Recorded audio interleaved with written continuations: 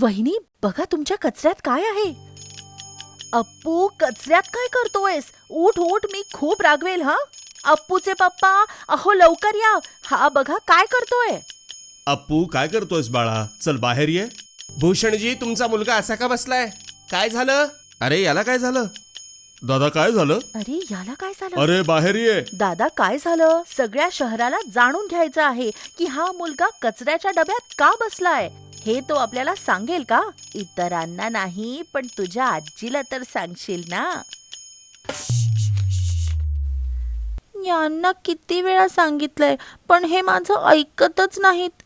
जर महायुतीला मत दिलं, त्यांना निवडून दिलं, तर असंच माझं आयुष्य कचऱ्याच्या डब्यात जाईल.